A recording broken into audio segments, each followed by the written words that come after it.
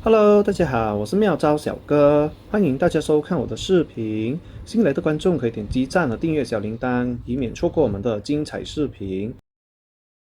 喉咙里总是有痰，想要咳出来却又咳不出，这种情况确实很烦人。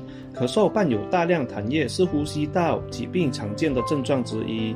痰液实际上是呼吸道分泌的粘液，通过咳嗽将其排出体外，有助于保持呼吸道的清洁和通畅。如果不及时排出，可能会导致病情恶化，甚至堵塞呼吸道，影响正常呼吸。在这里，我想与大家分享一种既健康又美味的家庭疗法——冰糖炖梨。这是一种非常适合缓解咳嗽和化痰的方法，而且深受各年龄段人群的喜爱。在中医理论中，梨被认为具有微寒性质，能够润肺止渴、化痰。梨含有丰富的营养成分，具有镇静神经的作用，对高血压、心脏病和失眠等症状也有一定的补助治疗效果。需要注意的是，梨作为凉性水果，未经煮熟使用可能不适合脾胃虚寒的人群，而且对于因风寒引起的咳嗽也没有疗效，甚至可能加剧病情。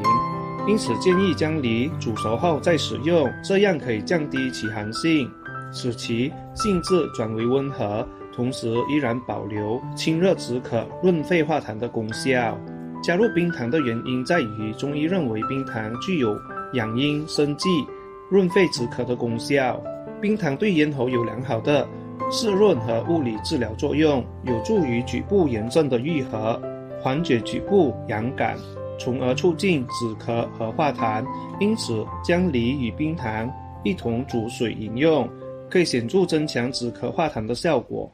制作冰糖炖梨的方法如下：首先将梨洗净并切成小块，注意去除梨核，以免影响口感，但不要去皮，因为梨皮同样具有多种功效，如清心润肺、止咳降火等。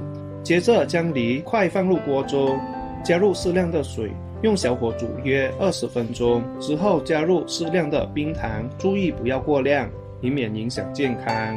继续煮10分钟后即可熄火，取出食用。建议早晚各服用1次，直到症状有所改善就可以了。